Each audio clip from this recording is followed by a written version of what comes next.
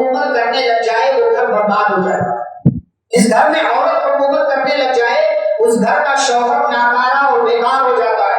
جس گھر کے اندر عورتوں کی حکمرانی ہو, عورت کی چلنے لگے, اس گھر کے اندر شریعت کی مخالفت ہونے لگ جاتی ہے.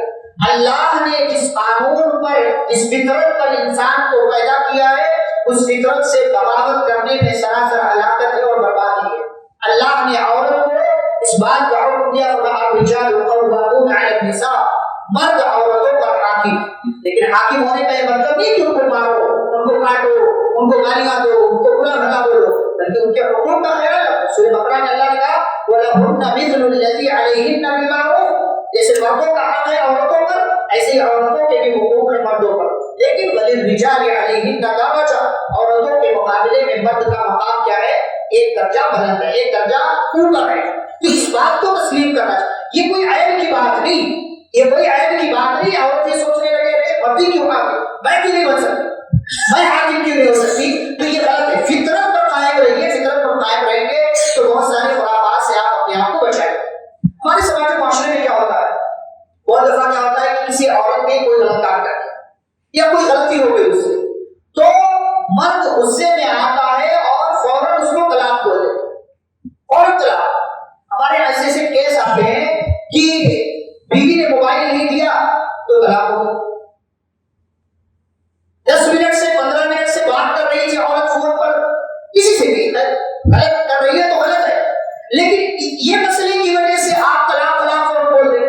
بھائی مسئلے کی تحقیق کیجیے, کیا مسئلہ ہے, اس سے پہلے کیا ہے, مسئلے کی تحقیق کرنے کے بعد کیا کرنا ہے آپ کو.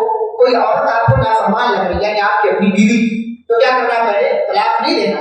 اللہ نے کہا فَعِدُوهُنَّ, نصیحت کرنا, سمجھانا, بتانا ہے صحیح کیا غلط کیا, سمجھ جاتی ہے تو ٹھیک ہے, ورنہ وَأَخْرِجُوهُنَّ فِي الْمَضَاجِعِ, بستر الگ کر, بستر الگ کر دینے سے بات سمجھ جاتی ہے ٹھیک ہے, ورنہ کیا کرو وَأَخْرِجُوهُنَّ, مارو.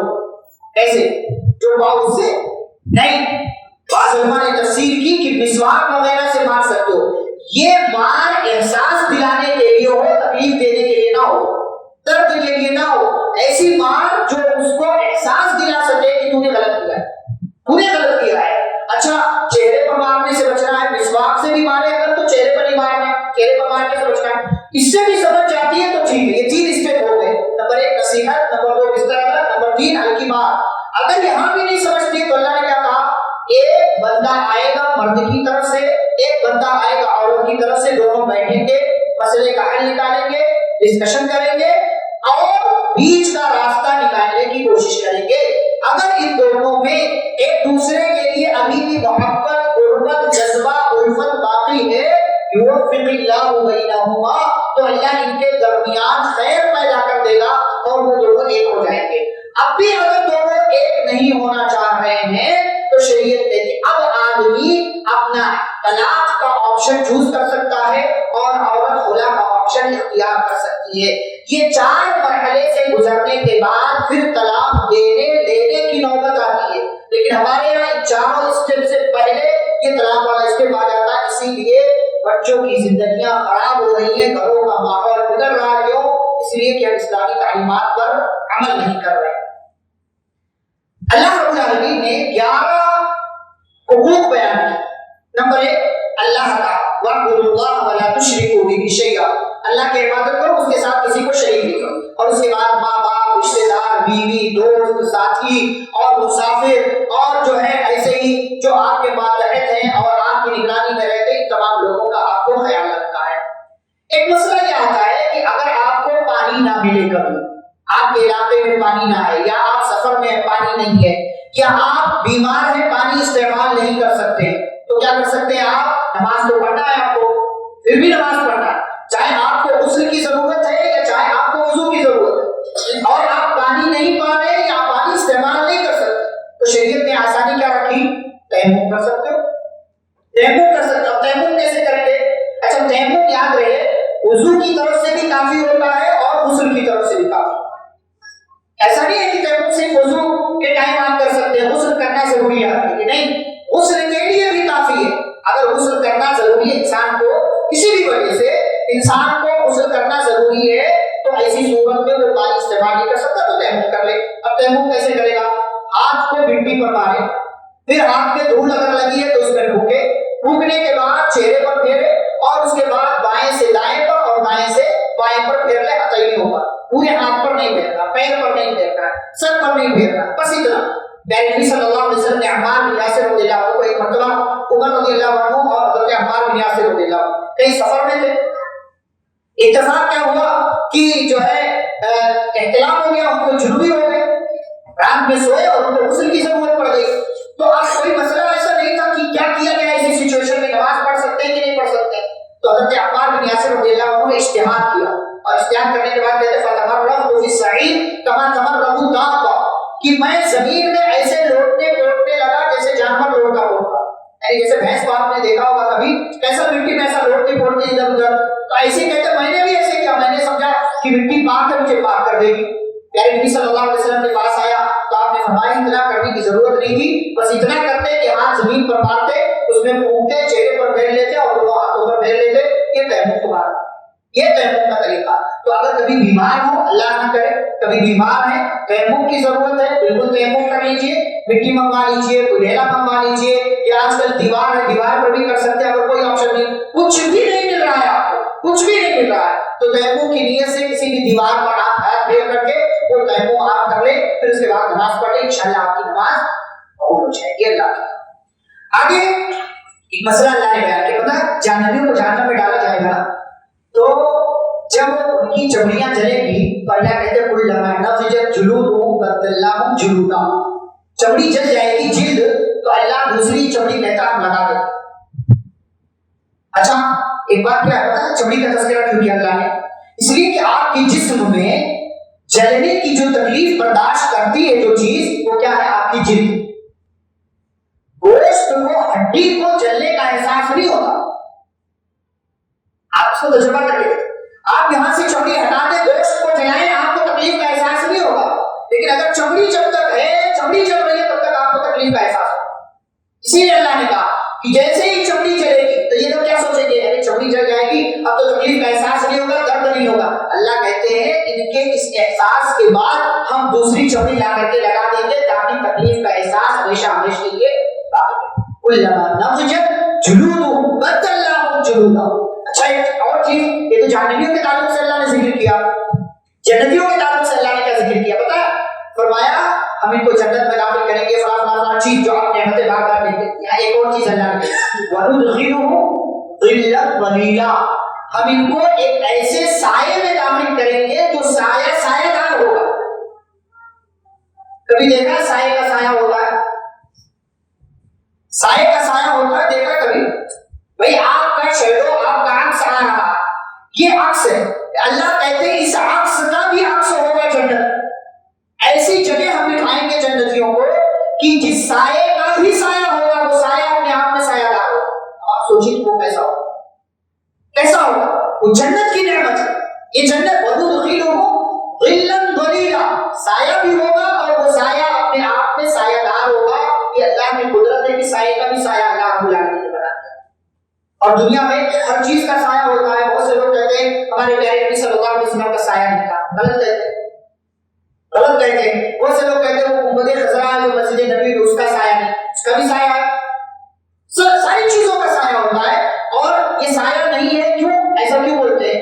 اس لیے کہ نبی صلی اللہ علیہ وسلم کو نور ثابت کرنا چاہتے ہیں، نبی صلی اللہ علیہ وسلم کو نور ثابت کرنا چاہتے ہیں، لیکن آپ صلی اللہ علیہ وسلم بشر تھے، مٹی سے بنے ہوئے تھے جیسے ہم اور آپ ہیں، ہمارے ان کے درمیان فرق کیا تھا؟ وہ نبی تھے، رسول تھے، ان کا مقام اونچا، اور ہم بھی انسان ہیں، تو پیارے نبی صلی اللہ علیہ وسلم کا بھی سایہ تھا۔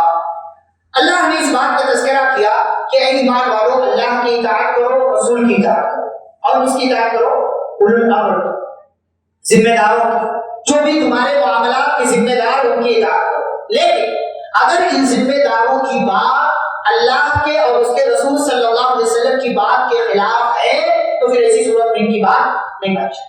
اسی لیے عبداللہ بن مسعود رضی اللہ عنہ نے کیا کہا تھا کہ ہر ایک کی بات کو لیا بھی جا سکتا ہے اور چھوڑا بھی جا سکتا ہے سوائے اس قبر والے کی، یعنی پیارے نبی صلی اللہ علیہ وسلم۔ اطاعت کس کی ہوگی؟ اللہ کی۔ اللہ اطاعت کس کی ہوگی؟ رسول اللہ صلی اللہ علیہ وسلم کی۔ اور جس نے رسول کی اطاعت کی گویا کہ اس نے اللہ کی اطاعت، من یطع الرسول فقد اطاع اللہ، جس نے رسول کی اطاعت کی اس نے اللہ کی اطاعت کی، اور ذمہ داروں کی بھی اطاعت کرنا، لیکن کب تک؟ جب تک ان کے معاملات اللہ اور اس کے رسول صلی اللہ علیہ وسلم کے معاملات کے جیسے ہیں تب تک، ورنہ مخلوق کی بات جہاں آئے گی تو اصول کیا ہے؟ حدیث ہے لا طاعت لمخلوق فی معصیت الخالق، جہاں اللہ کی نافرمانی ہو رہی ہو وہاں مخلوق کی بات آپ نہیں مانیں گے، چاہے سامنے آپ کے ابا ہی ہوگا۔ اللہ نے کئی جگہ مثال دی کہ آپ اپنے ماں باپ کے ساتھ حسن سلوک کریں، لیکن آپ کی ماں، آپ کا باپ آپ کو اگر یہ کہتا ہے کہ چلو اللہ کے ساتھ شرک کر لو تو ایسی صورت میں آپ کی بات نہیں مانیں، اس لیے کہ وہ اللہ کی نافرمانی کا حکم دے رہے ہیں، تو یہ چیز دماغ میں رہنی چاہیے۔ اچھا کون لوگ ہیں جن کے راستے پر چلنے کی ہم اللہ سے دعا مانگتے ہیں؟ صراط الذین انعمت علیہم، وہ لوگ ہیں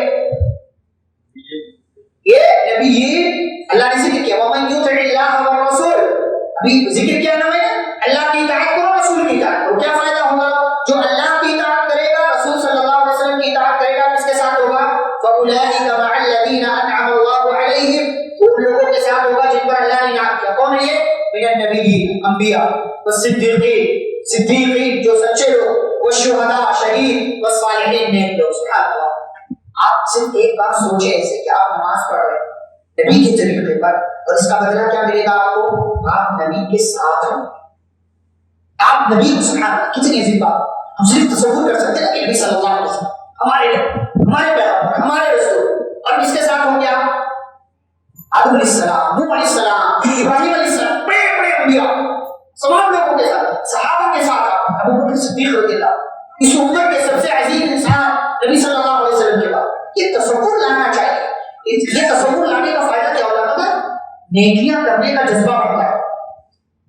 لیکن ہمارے ہاں کیا ہے؟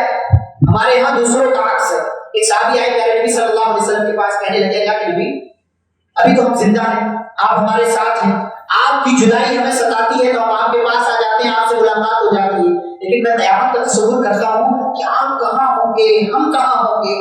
اللہ نے جنت میں داخل بھی کر دیا تو آپ کا مقام اتنا اونچا ہے، اور ہم کہاں جنت میں کہیں کوئی جگہ بھی جائیں گے ہم وہاں ہوں گے۔ آپ صلی اللہ علیہ وسلم نے فرمایا کہ اگر تمہیں اللہ سے محبت ہے، نبی سے محبت ہے، تو تم ان لوگوں کے ساتھ ہوگے جن سے تمہیں محبت ہے۔ انت مع من احببت، آپ ان کے ساتھ ہوں گے جن سے آپ کو محبت ہے، اس لیے کہ المرء مع من احب، انسان کو جس سے محبت ہے اسی کے ساتھ وہ جنت کے اندر بھی رہے گا یا قیامت کے دن بھی رہے گا۔ تو جن لوگوں کے راستے پر چلنے کی ہم دعا کرتے ہیں وہ یہ لوگ ہیں، ان لوگوں کا تصور لا کر کے اپنے آپ کو نیک بنانے کی کوشش کریں۔ خوف اور امن کے ماحول میں مسلمانوں کا رویہ کیا ہونا چاہیے؟ بعض دفعہ ایسی خبر آتی ہے کہ مسلمانوں کے خلاف کافر پلان کر رہے ہیں، مسلمانوں کے خلاف فلاں جو ہے پارٹی یہ کر رہی ہے، کیا کرنا چاہیے؟ ہر کوئی اپنی اپنی جگہ رہ کر کے کوئی فیصلہ نہ کرے۔ آج کل تو لوگوں کے لیے آسانیوں میں ویڈیو بنا کر کے لوگ یہاں ڈالتے ہیں، ارے فلاں نے ایسا کہا، فلاں نے ایسا کہا۔ نہیں، آپ کے معاملات کے جو ذمہ دار لوگ علماء ہیں، جو بھی ذمہ دار ان تک بات پہنچائے، ورنہ نقصان کیا ہوتا ہے؟ ہر کوئی اپنی جگہ رہ کر کے بولنے لگے تو کوئی جذبات میں آ کر کے کوئی بات بولے گا، لوگ آئیں گے اس کو اٹھا کر کے نیچے چلے جائیں گے، وہ آپ کے لیے بھی تکلیف ہے، اس کے لیے گھر والوں کے لیے بھی، اور جو ہے سماج کے لیے بھی، جماعت کے لیے، جمعیت کے لیے، اور پورے شہر کے لیے بدنامی کا ذریعہ بن جاتا ہے۔ تو خوف اور امن کے ماحول میں یہ ساری باتیں ذمہ داروں کی طرف لے جائیے، اور کیا کیجیے؟ ان کے سامنے مسئلہ رکھیے کہ اس مسئلے کا حل کیا ہے، اور بطور خاص علماء سے رابطے میں رہیے۔ سلام کرنے کا طریقہ کیا ہے؟ سلام کرنے کا وہ سر پہ جھک گیا، سلام، یہ کون سا سلام؟ یہ کون سا سلام؟ ہمارے یہاں جب تک ہاتھ نہ اٹھے تب تک سلام بھی نہیں ہوتا، اور یہ ہاتھ ہی والا آداب والا۔ اچھا کتنے لوگ صرف ہاتھ اٹھاتے ہیں، زبان سے کچھ نہیں آتا؟ آپ ہاتھ نہیں ملا سکتے تو کیا کیجیے؟ زبان سے آواز آنی چاہیے، منہ سے آواز آنی چاہیے، چاہے ہاتھ آپ کا اٹھے چاہے نہ اٹھے۔ یہ سلام کرنے کا طریقہ۔ اچھا سلام کا جواب دینے کا کیا طریقہ ہے؟ کہ سامنے والا جیسے سلام کر رہا ہے یا تو ویسے ہی جواب دیجیے، یا تو اس سے بہتر جواب دیجیے۔ السلام علیکم، سامنے والا کہتا ہے، آپ کو کیا کہنا ہے؟ وعلیکم السلام، فحیوا بأحسن مما قلتم، جیسا اس نے بولا ویسا آپ بھی بول دیجیے، السلام علیکم، وعلیکم السلام۔ اسے السلام علیکم کا آپ اچھا جواب دیجیے، وعلیکم السلام ورحمۃ اللہ، اور اچھا جواب دیجیے وبرکاتہ، لیکن یہ آخری ہے۔ اس کے بعد مغفرت ہو، رضوان ہو، غفران ہو، یہ سب نہیں. اچھا ہمارے یہاں لوگ بعض دفعہ سلام کرتے ہیں تو کیا کہتے ہیں؟ مسافر کی دعا ہے یغفر اللہ لنا ولکم. یہ صحیح نہیں ہے، یہ صحیح نہیں ہے. بہت سے لوگ سلام کرتے ہیں جھولا بولتے ہیں یغفر اللہ لنا ولکم. ایسا کچھ نہیں. آپ نے سلام کر لیا، اللہ ویسے ہی معاف کرتا ہے، آپ کو کہنے کی ضرورت نہیں. آپ کو کہنے، آپ نے مسافہ کر لیا، یہ سلام اپنے آپ میں دعا ہے. السلام علیکم ورحمۃ اللہ، کیا دعا کرتے ہیں؟ آپ کے اوپر اللہ کی سلامتی ہو، اللہ کی رحمت ہو، اللہ کی برکت ہو. پھر یغفر اللہ لنا ولکم کہنے کی کیا ضرورت ہے آپ کو؟ نبی صلی اللہ علیہ وسلم نے نہیں کہا ہے، ہمیں بھی نہیں کہنا چاہیے. اللہ نے ہجرت کا حکم دیا. ہجرت، آپ سوچتے ہیں ہجرت کیا ہے؟ ہجرت کیا ہے؟ ایسے ایک ترجمہ ہے، ایک جگہ کو چھوڑ کر دوسری جگہ جانا، یہ ہجرت ہے. یہ ہجرت ہے، یہ ٹرانسفر ہوگا. ہجرت کس کو کہتے ہیں؟ اللہ کی خاطر، دین کی خاطر، رسول کی خاطر اپنا سب کچھ چھوڑ کر دوسرے علاقے کی طرف چلے جاؤ. ماحول سازگار نہیں ہے. ہمارے یہاں کیا ہے، لوگ سکون حاصل کرنے کے لیے کہاں جاتے ہیں؟ پوش علاقے. پھر کہتے ہیں، سوال آتا علماء کے پاس، شیخ یہاں مسجد نہیں ہے، کیا کریں؟ بھائی ایسے علاقے میں گئے کیوں؟ ایسے علاقے میں گئے کیوں جہاں مسجد نہیں؟ ایک ایسے لوگ کا ڈانٹے جانے کے مستحق کہتے ہیں وہ فلاں علاقے میں سکون ہے. بھائی سکون سے پہلے مسجد دیکھو، مسجد سکون کی جگہ ہے. نہ اذان کی آواز آ رہی ہے، نہ کوئی یہاں ملنے والا ہے، نہ کسی طرح کا کوئی معاملہ ہے. مسجد نہیں ہے آپ کے لیے جو ہے عبادت کرنے کی جگہ ہے. آپ ایسی جگہ صرف سکون حاصل کرنے کے لیے جا رہے ہیں. جہاں سکون ہے وہاں سے سکون تلاش کیجیے. جہاں آپ علاقے میں جا کر کے بس جائیں گے، ہو سکتا ہے تھوڑے وقت کے لیے سکون مل جائے، لیکن پھر آپ کا ضمیر آپ کو ملامت کرے گا کہ ایسی جگہ آ کر کے آباد کیوں ہو گئے. اچھا ہجرت، صحابہ نے ہجرت کی اور سب کچھ برداشت کیا، سب کچھ. آپ صرف پیارے نبی صلی اللہ علیہ وسلم کی ہجرت کا تصور کر لیں کہ آپ تک دین پہنچانے کے لیے انہوں نے کیا کیا. آپ تک دین پہنچانے کے لیے انہوں نے کیا کیا ہے؟ پلان بنایا، ظالموں نے مارنا چاہا، ظالموں سے بچ کر کے آئے. 3 دن تک غار ثور میں رہے. غار ثور میں ہر طرح کے خطرات تھے، ان حالات کا سامنا کیا. وہاں سے نکلے ایک راستہ کاٹ کر کے. آپ کو پتا ہے نبی صلی اللہ علیہ وسلم کا پلان، مدینہ سے مکہ اس طرف ہے نا، تو مکہ سے مدینہ اس طرف ہے، تو آپ نے ہجرت کا راستہ جب اختیار کیا تو ڈائریکٹ اس طرف نہیں گئے. آپ صلی اللہ علیہ وسلم پہلے ادھر مکہ سے مدینے کے راستے پر غار ثور نہیں ہے، بلکہ دوسرے راستے اپوزٹ راستے پر ہے غار ثور. آپ صلی اللہ علیہ وسلم ادھر گئے، کیوں؟ اس لیے کہ لوگوں کو معلوم تھا کہ مدینے کے راستے پر ہی نکلیں گے، تو آپ نے مدینہ کا راستہ اختیار کرنے کے بجائے آپ نے دوسرا راستہ لیا. اور جو آپ کا گائیڈ تھا راستہ بتانے والا، وہ پورا ایک لمبا چکر مکے کا کاٹ کر کے لایا اور پھر اس کے بعد سے مدینہ کے راستے پر آپ کو لے کر گیا. جتنی دیر میں مکہ کا پیچھے والا راستہ، سمندر کا راستہ اس نے کاٹا، اس راستے سے لے کر کے گیا آپ صلی اللہ علیہ وسلم کے کہنے کے مطابق، اتنی دیر میں مدینے کا آدھا راستہ ناپ لیتے جا رہے صلی اللہ علیہ وسلم. لیکن آپ کے لیے ہمارے لیے مشقت برداشت کی. کبھی پیدل چلے، کبھی سواری پر رہے، کبھی یہاں رکے، راستے میں خطرات آئے کہ اب پکڑنے والا آ رہا ہے، اب یہ آ رہا، اب یہ مسئلہ ہو سکتا ہے، اب یہ مسئلہ ہو سکتا ہے. ہمارے لیے مشقت برداشت کیا، سب کچھ کیا. ہم کیا سمجھتے ہیں یہ دین آسانی سے ملا؟ آپ کو دین آسانی سے ملا؟ دین آسانی سے نہیں ملا. اس کی قدر کیجیے، اس نعمت کی قدر کیجیے اور اس کی قیمت کو جاننے کی کوشش کیجیے. اور اپنے آپ کو اگر خوش نصیب سمجھتے ہیں تو اللہ رب العالمین کا اس پر شکریہ ادا کیجیے. قصر نمازوں کا مسئلہ اللہ نے بیان کیا. آپ سفر میں جائیں تو قصر نماز آپ پڑھ سکتے ہیں. اچھا کتنی مسافت تک آپ قصر کر سکتے ہیں؟ جس بھی جانے کو سفر کہا جائے، یعنی آپ اپنے گھر سے نکلے اور آپ کو لگتا ہے کہ ہاں اسے سفر کہہ سکتے ہیں تو پھر آپ قصر کر سکتے ہیں. لیکن اگر آپ یہ سوچیں کہ میں ادھر 10 کلومیٹر 15 کلومیٹر معمول کے مطابق جاتا ہوں اور میں قصر کروں تو پھر آپ نہیں کر سکتے. ایسے ہی جہاں آپ روزانہ چاہتے ہیں چاہے 100 کلومیٹر کا سفر ہو، آپ قصر نہیں کر سکتے کیونکہ روز کا آپ کا معمول ہے. آپ قصر نہیں کر سکتے. آپ سفر میں نکلے اور قصر کر سکتے ہیں. قصر کا مطلب 4 رکعت والی نماز کو 2 رکعت پڑھنا. اور سفر میں ایک آسانی شریعت نے رکھی ہے کہ جمع بین الصلاتین کر سکتے ہیں.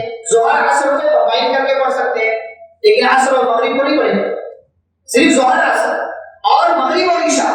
اچھا چاہیں تو آپ عصر کو پہلے لا کر کے ظہر کے ساتھ پڑھ لیں، یا ظہر کو لیٹ کر کے عصر کے ساتھ پڑھ لیں، یا چاہیں تو آپ عشاء کو مغرب میں لا کر کے پڑھ لیں یا مغرب کو عشاء میں لے جا کر کے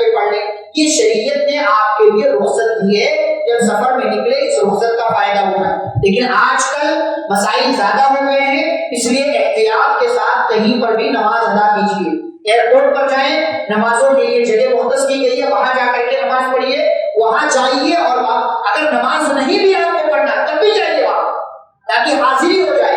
کہیں ایسا نہ ہو کہ لوگ دیکھیں کہ آپ کوئی نماز پڑھنے کے لیے نہیں آ رہا، چلو کل سے بند۔ تو جو نماز پڑھنے کے لیے جاتے ہیں وہ سہولت بھی ختم ہو جائے۔ آپ کو نماز کی ضرورت نہیں ہے تب بھی آپ 2 رکعت نفل کی نیت سے چاہے ادا کریں، اگر نماز کا وقت نہیں ہے تب بھی آپ جا کر کے پڑھ لیں۔ یہ آپ جو ہے، اور ایسے ٹرین میں رہیں تو ہمارے تبلیغی بھائیوں کی طرح کہیں بھی مصلی بچھا کر کے نماز نہ پڑھنے لگے، کہیں بھی مصلی بچھاؤ نماز پڑھو، اور کہیں گیلری میں، کہیں گیٹ کے پاس، کہیں مسائل کھڑے کر رہے ہیں، بدنام کر رہے ہیں، اور یہ جو ہے اسلام کی آسانی کو مشکلات میں تبدیل کر رہے ہیں۔ ایسا رویہ اختیار نہ کریں، نماز پڑھیں سفر میں بھی، لیکن جہاں پر بھی جیسے بھی ممکن ہو ویسے پڑھیے۔ آپ اگر گیلری میں یا جو ہے 2 سیٹوں کے درمیان نہیں پڑھ پا رہے ہیں یا مشکل ہو رہی ہے تو آپ سیٹ پر بیٹھ کر پڑھیں، وہ بھی مشکل ہے کہ کوئی دیکھے گا، ویڈیو بنا لے گا، لیٹ کر کے پڑھ لیجیے، اشارے سے پڑھ لیجیے، لیکن بہرحال پڑھیے، اور کسی کے لیے بھی بدنامی کا یا مشکل پیدا کرنے کا سبب مت بنیے۔ ایک تذکرہ یہاں پر یہ ہے، بعض لوگ ہیں کہ غلطی خود کرتے ہیں اور اس کا سرا کسی اور پر ڈال دیتے ہیں، کہتے ہیں فلاں نے کیا۔ اللہ نے کہا یہ بہتان، یہ الزام اور اس کا گناہ بہت زیادہ ہے۔ ایک چیز اللہ نے یہ بیان کی، فرمایا منہج سلف کو یہ کیا ہے، منہج سلف یعنی قرآن اور حدیث ہمارے لیے کیا ہے؟ قانون، ہمارے لیے قانون ہے، لیکن قرآن حدیث کو کیسے سمجھیں گے؟ آپ اپنے حساب سے، یہ اپنے حساب سے، میں اپنے حساب سے نہیں، بلکہ قرآن اور حدیث کو صحابہ کے اور سلف صالحین کے فہم، سمجھ اور منہج کی روشنی میں سمجھ رہا ہے۔ یہ نہیں کہ ڈاکٹر اسلام نے یہ کہا تو لے لو، بات چاہے جیسی ہے، اور علی مرزا انجینئر نے کہا تو یہ لے لو چاہے جیسی بات، فلاں نے یہ کہا تو لے لو، بات چاہے جیسی، دلیل تو دے رہا ہے نا قرآن کی حدیث کی۔ بھائی قرآن اور حدیث کی دلیل دینا کافی نہیں ہے، بلکہ اس قرآن اور حدیث کی دلیل سے صحابہ نے کیا سمجھا، سلف نے کیا سمجھا، وہ سمجھ ہمیں لینا ہے۔ اپنی سمجھ سے کوئی بات ہم پیدا کر لیں گے تو گمراہی کا ذریعہ اور سبب بنیں گے، اور گمراہی کیسے شروع ہوئی؟ آپ کو ایک بات مثال کے طور پر دے دوں، اس کے بعد ایک بات کر کے بات ختم کریں گے۔ کیا ہے؟ عبداللہ بن سبا جو پیارے نبی صلی اللہ علیہ وسلم کی وفات ہو گئی، ابو بکر صدیق رضی اللہ عنہ کی وفات ہو گئی، عمر رضی اللہ عنہ کی وفات ہو گئی، عثمان رضی اللہ عنہ کے زمانے میں یہ بندہ یہودی تھا۔ اس نے کیا کیا؟ اسلام قبول کیا ظاہرا، اور اسلام قبول کرنے کے بعد ایک شوشہ چھوڑا۔ شوشہ کیا چھوڑا؟ مسلمانوں کے ذہن میں کہنے لگا کہ مسلمانوں کا یہ عقیدہ ہے، قرآن یہ کہتا ہے، حدیث یہ کہتی ہے کہ عیسیٰ علیہ السلام دوبارہ دنیا کے اندر آئیں گے، ہمارا یہ عقیدہ ہے۔ سب لوگوں نے کہا ہاں بالکل ہے، تو کہا کہ نبی کون پڑا؟ عیسیٰ علیہ السلام کی محمد صلی اللہ علیہ وسلم۔ تو لوگوں نے کہا ظاہر سی بات ہے محمد صلی اللہ علیہ وسلم۔ تو کہا یہ کیسے مسلمان ہو تم لوگ کہ عیسیٰ کے دوبارہ دنیا میں آنے کا عقیدہ رکھتے ہو لیکن محمد صلی اللہ علیہ وسلم کی دوبارہ دنیا میں آنے کا عقیدہ نہیں رکھتے؟ یہ شوشہ اس نے چھوڑا، اور اس خیال پر کچھ لوگ جمع ہو گئے، پہلے مصر میں، پھر یمن میں، یمن کے بعد مدینے میں، اور اس بندے نے ایک گروہ جمع کر لیا کہ پہلے یہ عقیدہ ان لوگوں نے جاری کیا، پھر اس کے بعد کہا علی خلافت کے زیادہ مستحق تھے، پھر علی کو ولی اللہ کہا، ولی اللہ سے جو ہے معبود بنا دیا ان کو، ولی سے یا علی یا حسین کا نعرہ شروع ہو گیا۔ تو یہ شگوفے، شوشے اور اس طرح کی باتیں عام کرنا یہ کب ہوتا ہے؟ جب لوگ صحابہ کا منہج چھوڑ دیتے۔ اللہ نے کہا جو رسول کی مخالفت کرے اور مومنوں کے راستے کو، قرآن نازل ہو رہا تھا، مومن کون تھے؟ صحابہ مومن تھے۔ تو جو رسول کی مخالفت کرے، صحابہ کا منہج چھوڑ دے، اللہ کہتے نولیہ ما تولا، وہ جدھر جائے گا اس کو ادھر لے کر چلے جائیں گے، ونصلہ جہنم، اور اس کو جہنم میں ڈال دیں گے، اور جہنم بہت برا ٹھکانہ ہے۔ تو آپ کو صحابہ کا منہج اختیار کرنا ہے قرآن و حدیث کو سمجھنے کے لیے، کسی اور کی سمجھ یہ معیار نہیں ہے، بلکہ قرآن و حدیث کو سمجھنے کے لیے صحابہ معیار ہے۔ آخری بات یہ ہے کہ عذاب سے بچنا ہے تو 2 کام کیجیے۔ اللہ کہتے ہیں بڑی محبت سے، بڑے پیار سے کہتے ہیں، بڑی محبت سے کیا کہا؟ ما یفعل اللہ بعذابکم، اللہ تمہیں عذاب دے کر کیا کرے گا؟ اللہ تمہیں عذاب دے کر کیا کرے گا اگر تم 2 کام کرو؟ نمبر 1 ان شکرتم، اگر تمہاری زندگی میں کیا ہو؟ شکر، ہماری زندگی میں شکر کی شکوہ ہے، شکر ہم شکوے شکایتیں بڑی کرتے ہیں، اللہ یہ نہیں، اللہ یہ نہیں، اللہ یہ نہیں، فلاں کو دیا، فلاں کو دیا۔ شکر کیجیے، شکر کیا کریں گے تو وہ چیز اللہ خود بخود آپ کو دے دے گا. لیکن شکرتم لازیدنکم، اگر شکر ادا کرو گے اللہ کہتے ہیں میں ضرور اور زیادہ دوں گا. تو اللہ کہتے ہیں اللہ تمہیں عذاب دے تو کیا کرے گا؟ اگر تم شکر ادا کرو وہ آمنتم، اور نمبر 2 ایمان. یہ دو چیزیں آپ کی زندگی میں ہیں تو آپ پر اللہ کا عذاب نہیں آئے گا. جہاں آپ ایمان سے ہٹیں گے عذاب آئے گا، جہاں آپ نعمتوں پر شکر ادا نہیں کریں گے وہاں اللہ نعمتیں بھی چھین لے گا اور آپ کو کسی عذاب میں ڈال دے گا. یہ تھا 5 نمبر 5 کے تعلق سے مختلف باتیں آپ کے سامنے پیش کی گئی. اللہ رب العالمین ہم سبھی کو سنی گئی باتوں پر عمل کرنے، قرآن حدیث پر ایمان رکھنے کی توفیق عطا فرمائے. آمین. صلی اللہ علیہ وسلم. السلام علیکم ورحمۃ اللہ وبرکاتہ.